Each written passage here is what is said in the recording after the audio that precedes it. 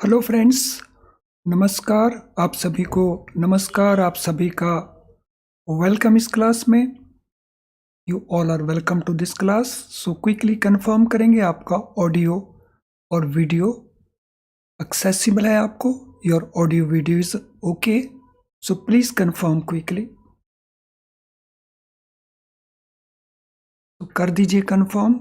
I am waiting for your confirmation. Your audio your video is accessible. कर देंगे quickly confirm so that we can start.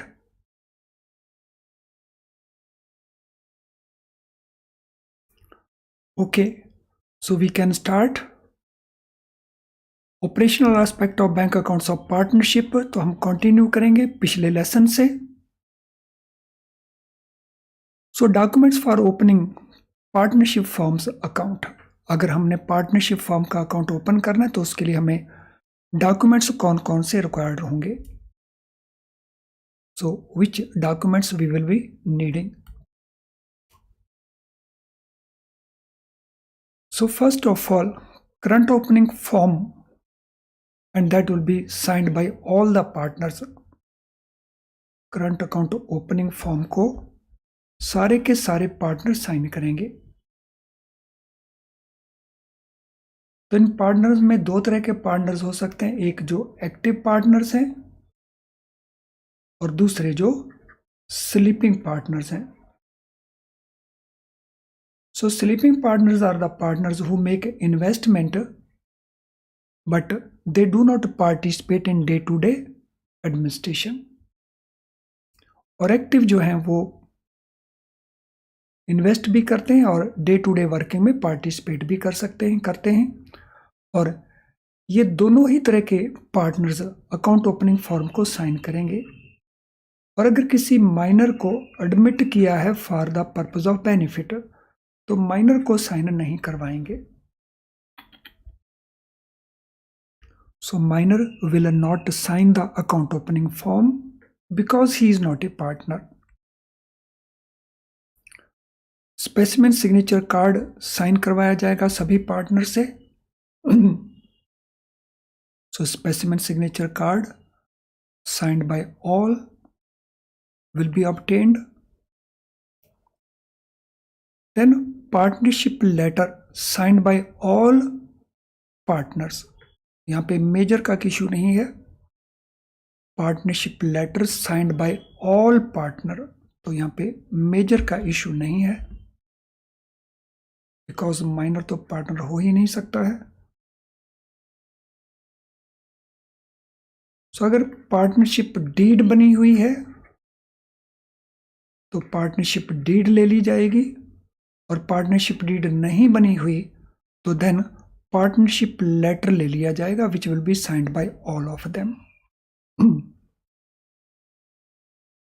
और अगर partnership deed की copy लेते हैं तो एक बार ओरिजिनल को जरूर देखेंगे और सर्टिफाई कर लेंगे। सो सर्टिफाइड कॉपी ऑफ पार्टनरशिप, लेकिन ओरिजिनल को एक बार देखेंगे वेरिफिकेशन के पर्पस के लिए और उसको रिटर्न कर देंगे।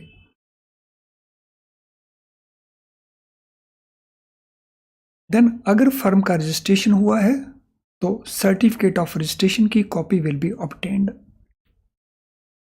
इन case of registered firms, so copy of certificate of registration that will be obtained. Then complete instructions will be obtained that who will operate the account. The instructions will be obtained regarding who will operate the account. और जो account operate करेगा उसके specimen signature card भी लिया जाएगा उसके designation के साथ और उसकी कैपेसिटी के साथ। So instructions regarding authority to operate the account along with the specimen signature of authorized persons along with their designation।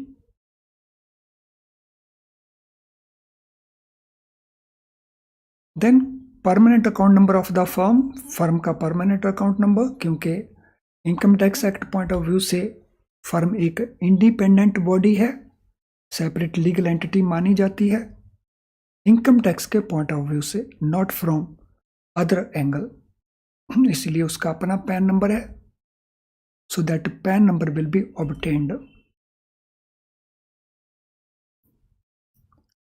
इसके अलावा जो केवाईसी का रिक्वायरमेंट है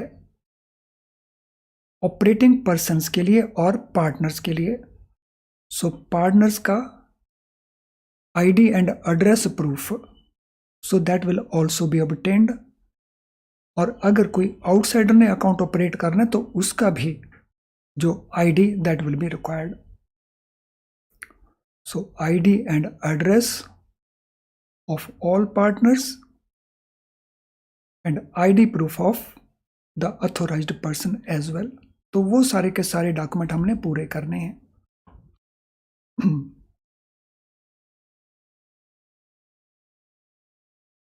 आई होप हमने हर चीज को अच्छे से नोट कर लिया है और अंडरस्टैंड कर लिया है। तो चलिए अब हम चलेंगे कुछ क्वेश्चंस के ऊपर, लेकिन उससे पहले तो आपकी स्क्रीन इस समय थोड़ी ब्लैंक आ रही होगी, डोंट वरी, अभी वो ठीक हो जाएगी।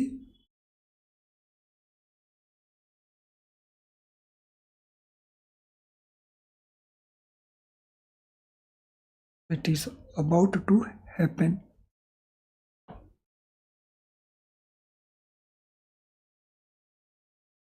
तो चलिए इससे जो रिलेटेड क्वेश्चंस हैं अब आप उनको आंसर करेंगे। पहला question, what does section 4 of Indian partnership act define?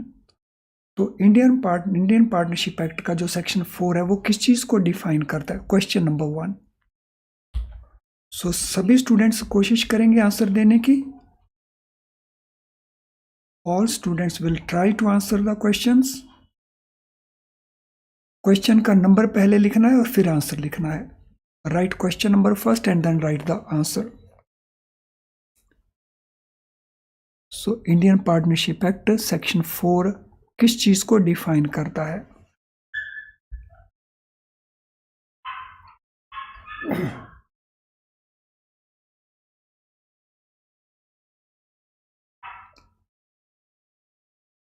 Yes, question number 1 अभी आंसर आया नहीं है, मैं वेट कर रहा हूं आपके आंसर्स की। What is answer to question number 1?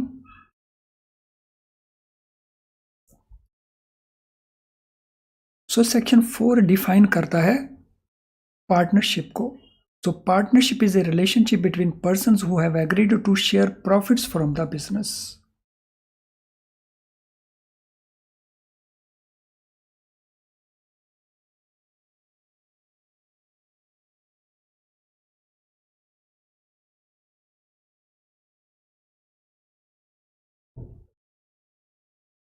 So, relationship between persons who have agreed to share profits of the business. So, partnership एक कॉन्ट्रैक्ट है उन पर्सन्स के बीच में जो एग्री करते हैं बिजनेस करके प्रॉफिट या लॉस को शेयर करने का। Question number 2, is registration of A partnership firm mandatory in India? क्या इंडिया के अंदर पार्टनरशिप फर्म का जो रजिस्ट्रेशन है वो मैंडेटरी रिक्वायरमेंट है? Question number 2। Question number 2, what will be the answer for question number 2? Is it mandatory that partnership should be registered?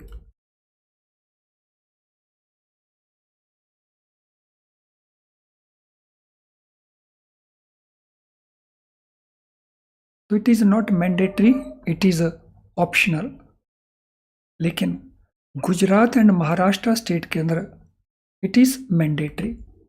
तो 2 states को छोड़ करके बाकी स्टेट्स में इट इज ऑप्शनल।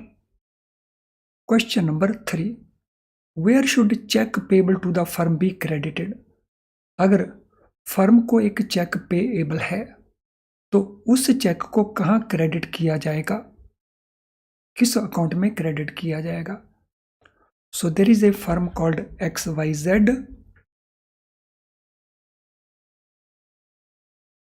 इस फर्म के नाम से एक चेक है, इस चेक को कहां क्रेडिट किया जाएगा? So where this cheque will be credited?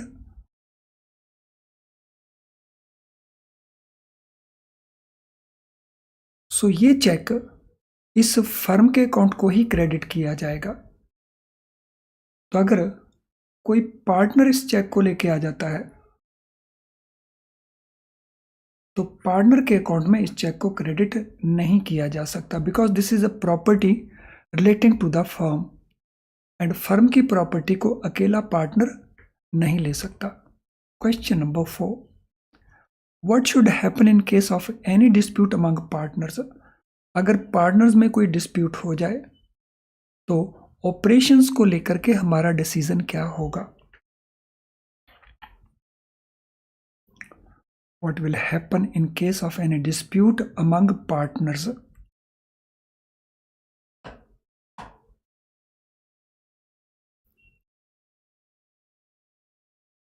तो अकाउंट को लेकर के what will be our decision? So account में ऑपरेशंस को हम स्टॉप कर देंगे। So all operations in the account, these will be stopped. Who can bind the firm by their acts? अपने एक्शंस के द्वारा फर्म को कौन बाइंड कर सकता है? Only active partners, only sleeping partners और सीक्रेट पार्टनर्स। तो who can bind the firm by their actions? केवल एक्टिव पार्टनर्स या केवल स्लीपिंग पार्टनर्स और secret partners? Question number 5,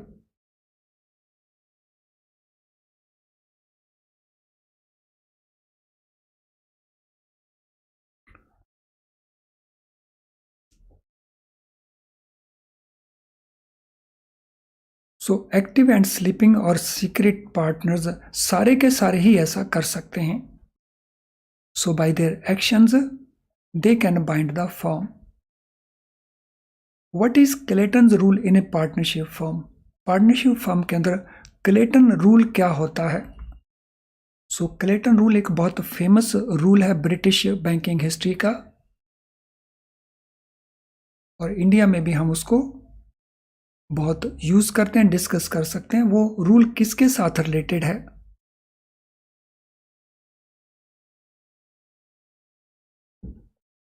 Clayton case का rule. So this rule is that first item on the debit side is discharged by first item on the credit side chronologically. तो last lesson में हमने इसको discuss किया था Clayton case के rule को, कि रनिंग अकाउंट्स के अंदर एक तो ये इंपॉर्टेंट पार्ट है इसके अंदर कि क्लेटन केस का जो रूल है वो रनिंग अकाउंट्स के अंदर एप्लीकेबल है। सो रनिंग अकाउंट जैसे कैश क्रेडिट हो सकता है, ओवरड्राफ्ट हो सकता है। इन अकाउंट्स के अंदर हर एक जो डेबिट एंट्री है, each debit entry it is a separate loan, ऐसा अज्यूम किया जाता है क्लेटन केस रूल के अंदर। और क्लेटन केस का रूल का प्रिंसिपल क्या है? ये प्रिंसिपल कहता है first item on debit side, यानी फर्स्ट डेबिट वो डिस्चार्ज हो जाएगी by first credit in the account, और यही क्रोनोलॉजिकल ऑर्डर कंटिन्यू करेगा। Okay, question number 7, what happens when A partner dies in a partnership firm? अगर पार्टनरशिप फर्म में partner की डेथ हो जाए देन व्हाट विल हैपन? क्या हैपन होगा? What will happen if a partner dies in a partnership firm? What will happen? क्या happen होगा?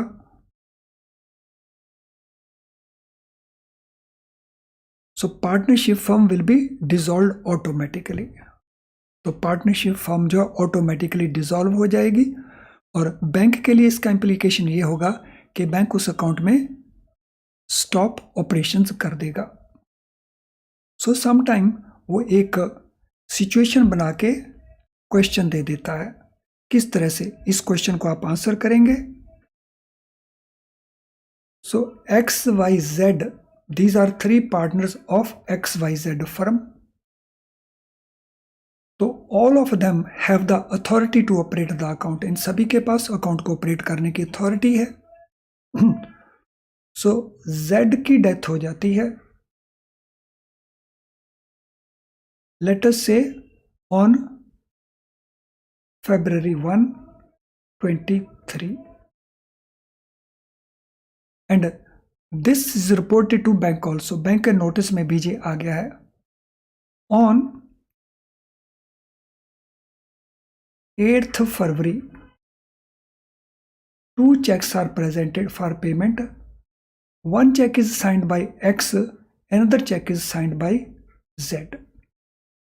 तो इन चेकों का क्या करेंगे? This is question for you. So what we will do with this cheques. इन चेकों का क्या करेंगे? So XYZ, these are three partners of XYZ firm. Z का डेथ होता है February 1 को. 8th February को 2 चेक्स आते हैं, एक X ने साइन किया हुआ, एक Z ने साइन किया हुआ है.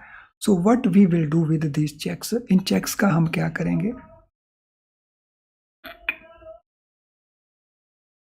Yes, question for you.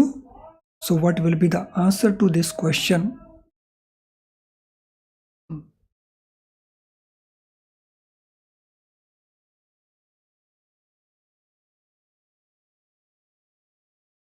So what will happen to these checks? क्या होगा इन चेकों का? So both of these checks will be returned. So जिसकी डेथ हुई है उसका साइन किया हुआ चेक भी वापस कर देंगे, और जो अलाइव है उसका साइन किया चेक भी वापस कर देंगे. सो सम टाइम एक और क्वेश्चन भी आ जाता है. So we have this firm XYZ, इसी नाम से फर्म है, ये 3 पार्टनर्स हैं. सो दे अपॉइंट A एज मैंडेट. इसकी फेवर में अकाउंट को ऑपरेट करने की मैंडेट दे देते हैं. तो इस केस के अंदर अगर A का डेथ हो जाता है तो उसके साइन किए चेक्स का क्या करेंगे? If A dies, so what we will do to the cheques signed by him. उसके साइन किए चेकों को क्या करेंगे?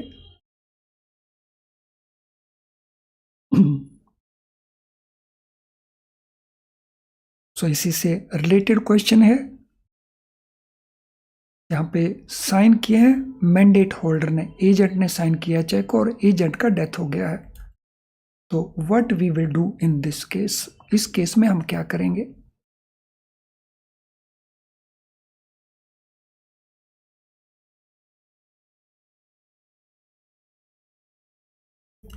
So in this case we will pay the cheques. इन चेकों को हम पे कर देंगे, बट ओनली वन कंडीशन.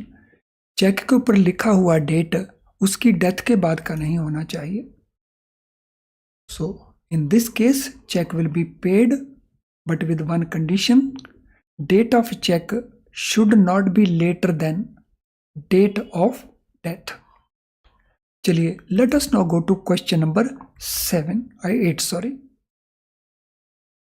सो मैं इसको जरा रब कर दूं. What powers does a partner not have in a partnership firm? इनमें से कौन सी पावर पार्टनर के पास नहीं है पार्टनरशिप के अंदर?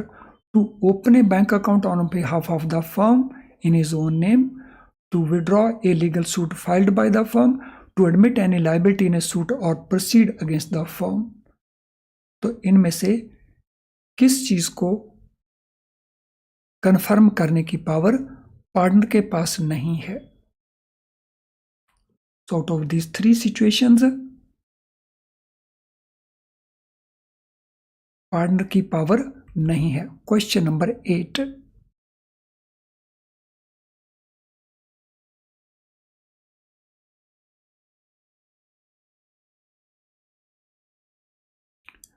सो पार्टनर के पास इन तीनों में से ही किसी को भी करने की पावर नहीं है. In none of these. What happens when a partner retires from a partnership firm? अगर पार्टनरशिप फर्म से पार्टनर रिटायर होता है तो उस केस में क्या करना होगा? अगर रिटायर हो जाए So in this case also, what we will do, the bank account operations will be stopped. Bank account की जो ऑपरेशंस हैं उनको स्टॉप किया जाएगा और new account will be opened, नया अकाउंट ओपन किया जाएगा। Question number 10, who signs the partnership letter for opening a partnership account? Partnership का अकाउंट ओपन करने के लिए अकाउंट ओपनिंग फॉर्म को कौन साइन करेगा? सभी पार्टनर साइन करेंगे, मेजर पार्टनर साइन करेंगे या अथोराइज्ड पार्टनर साइन करेंगे? Question number 10, so who will sign?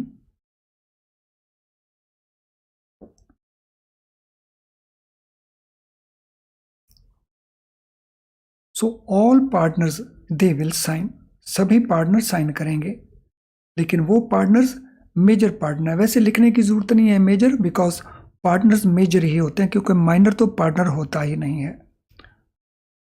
So all partners will sign, तो answer should be all partners, not major partner, because partnership के अंदर मेजर नाम से कोई पार्टनर नहीं होता, all partners are major. What type of partnership firm requires a certificate of registration? तो किस फर्म से हम सर्टिफिकेट ऑफ रजिस्ट्रेशन डिमांड करेंगे? सो हम डिमांड करेंगे सर्टिफिकेट ऑफ रजिस्ट्रेशन जिस फर्म ने अपना रजिस्ट्रेशन करवाया है रजिस्टर्ड पार्टनरशिप फर्म से। चलिए इसके बाद हम चलते हैं हिंदू अनडिवाइडेड फैमिली के अकाउंट से रिलेटेड जो ऑपरेशनल मैटर्स हैं वो क्या क्या हैं। So operational matters relating to account of Hindu undivided family.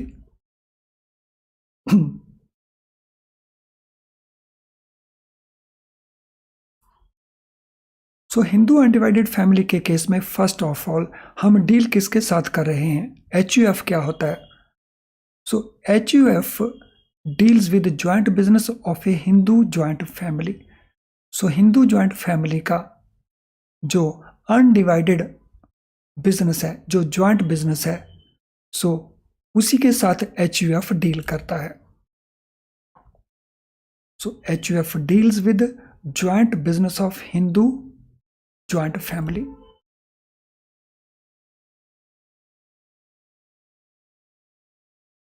HUF को कॉन्ट्रैक्ट के द्वारा क्रिएट नहीं किया जा सकता, सो एग्रीमेंट करके नहीं। पार्टनरशिप को हम एग्रीमेंट के थ्रू करते हैं, लेकिन HUF को थ्रू एग्रीमेंट क्रिएट नहीं किया जा सकता, so it can not be created through contract.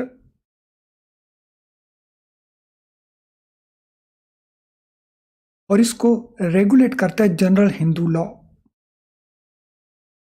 So general Hindu law जिसमें सक्सेशन भी है और भी एक्ट हैं, तो वो इसको रेगुलेट करता है। तो पहली बात, it can not be created by a contract. Second, इसका जो रेगुलेशन है that is through general Hindu law. So in HUF the business can be inheritable. HUF के अंदर जो बिजनेस अगली पीढ़ी को पास ऑन किया जा सकता है, इनहेरिटेबल है ये business. So in HUF the business is inheritable, it can be inherited. तो ये बुजुर्गों से लिया भी जा सकता है और बच्चों को दिया भी जा सकता है।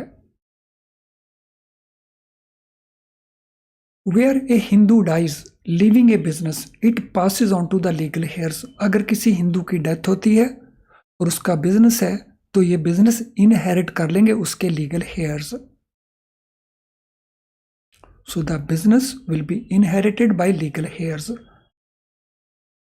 So in that case it will become joint business. तो उस केस में जब उसके legal heirs उसको inherit करेंगे तो it will becomes the joint business. तो ये joint business बन जाएगा। So if he leaves the children, अगर उसके children हैं तो ये उनके पास चला जाएगा और प्रॉपर्टी HUF प्रॉपर्टी बन जाएगी। तो इस तरह का business it will go to the children, it will descend upon them. Descend होता है, इसके चिल्ड्रन इनहेरिट कर लेंगे। और इस प्रॉपर्टी को, इस बिजनेस को हम HUF बिजनेस कहेंगे. So it will become HUF business. I hope कि HUF क्रिएट कैसे होता है. All these matters are clear to all of you. सभी को ये सारे मैटर्स क्लियर हो गए होंगे. सो उस फैमिली के जो मेंबर्स हैं, ये जो चिल्ड्रन हैं, सो उनको हम कहते हैं को पार्टनर्स. HUF में ये स्पेसिफिक वर्ड है, को पार्टनर्स. सो फैमिली के जो मेंबर्स हैं, दे आर कॉल्ड को पार्टनर्स. ये मेंबर्स को पार्टनर्स कहलवाते हैं.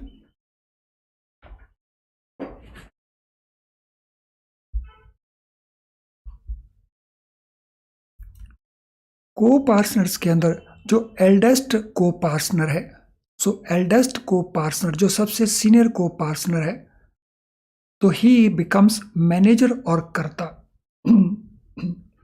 उसको मैनेजर या कर्ता की अथॉरिटी मिल जाती है.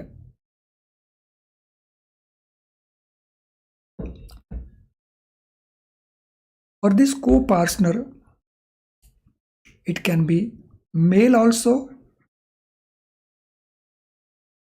and after 2005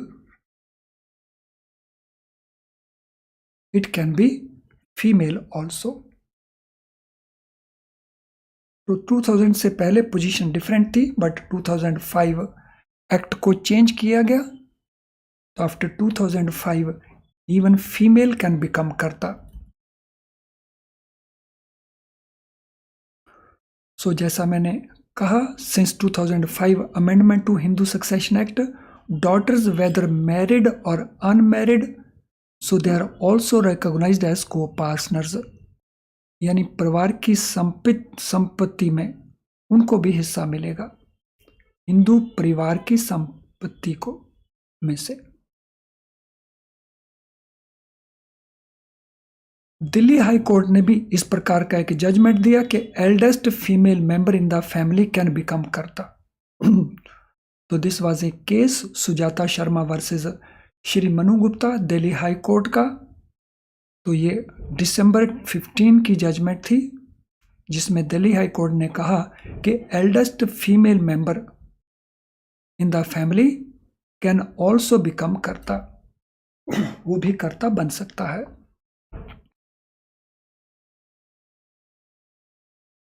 When an account is opened in the name of HUF, all the adult members have to sign even though कर्ता would operate the account. सो जब अकाउंट ओपन किया जाएगा तो जितने भी अडल्ट मेंबर्स हैं वो साइन करेंगे. हालांकि कर्ता अकेले भी अकाउंट ओपन कर सकता है. तो बाकी को पार्टनर्स को, मेंबर्स को बाइंड करने के लिए लीगली तो हम सभी से as a matter of precaution sign करवाएंगे. But at the same time legal position must be known to us कि even signature by karta are enough.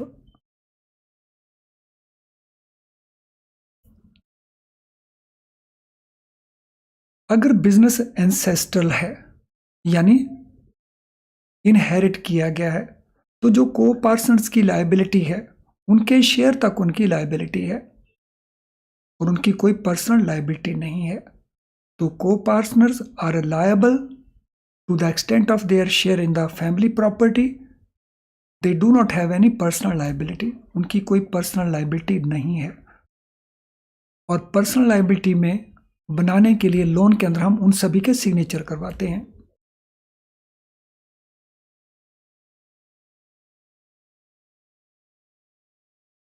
तो देखिए इसमें किसी का कोई क्वेश्चन हो किसी तरह का?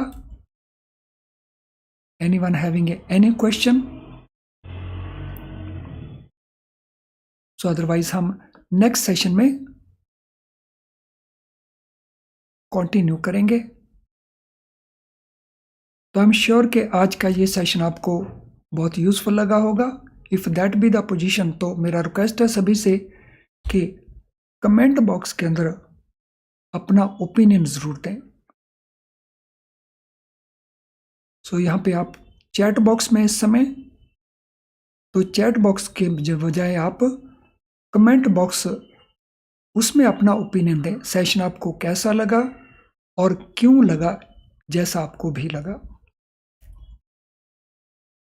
तो चलिए आज की क्लास को हम यहीं पे वाइंड अप करते हैं। सो हम नेक्स्ट सेशन में मीट करेंगे। Thank you friends, all the best.